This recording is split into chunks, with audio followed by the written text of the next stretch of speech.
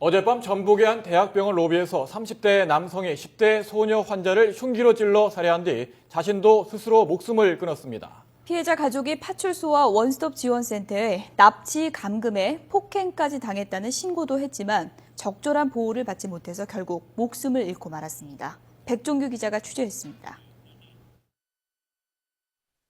대학병원에서 치료를 받던 16살 송모양이 32살 박모 씨가 휘두른 흉기에 찔려 숨졌습니다. 숨지기 전날 새벽 2시쯤 송양의 아버지는 송양을 납치, 감금한 뒤 폭행한 혐의로 박 씨를 경찰에 신고했습니다. 또 성폭행 피해 여성을 돕는 원스톱 지원센터에서 상담까지 받았습니다. 송양은 숨지기 전 박 씨에게 납치, 감금뿐만 아니라 성폭행까지 당했다고 주장해 이곳 원스톱 지원센터에서 2차례에 걸쳐 상담까지 받은 것으로 알려졌습니다.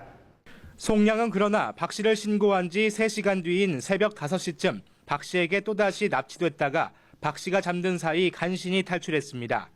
신고 다음 날 송양은 병원 치료를 받으려고 입원했는데 송양의 입원 사실을 알게 된 박 씨는 송양에게 찾아가 합의를 요구했습니다.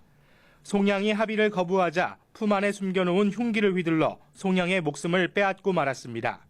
환자가 옷에 은근히 피를 흘리고 있어가지고 저는 빨리 옮겨야겠다는 생각밖에 없었거든요. 일단. 송양의 아버지는 박 씨가 전과 40범인데다 폭력적인 성향을 보여 가족을 보호해달라고 경찰에 호소했지만 결국 딸을 잃고 말았다고 분통을 터뜨렸습니다.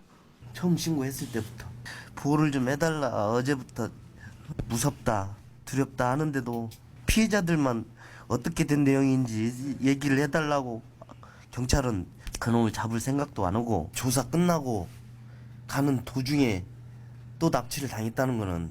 경찰은 사건 전날 송양과 아버지가 원스톱 지원센터에서 상담을 받은 뒤 새벽 5시쯤 송양이 용의자 박 씨에게 다시 납치되자 뒤늦게 본격 수사에 나섰습니다.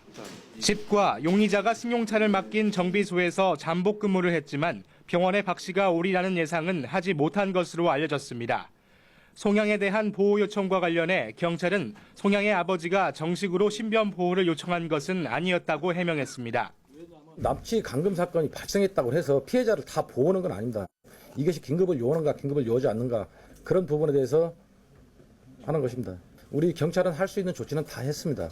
납치 감금됐던 어린 피해자가 신고 당일 다시 납치된 뒤 끝내 살해되고 말아 경찰이 피해자에 대해 적절한 보호 조치를 취하지 않았다는 비난을 사고 있습니다.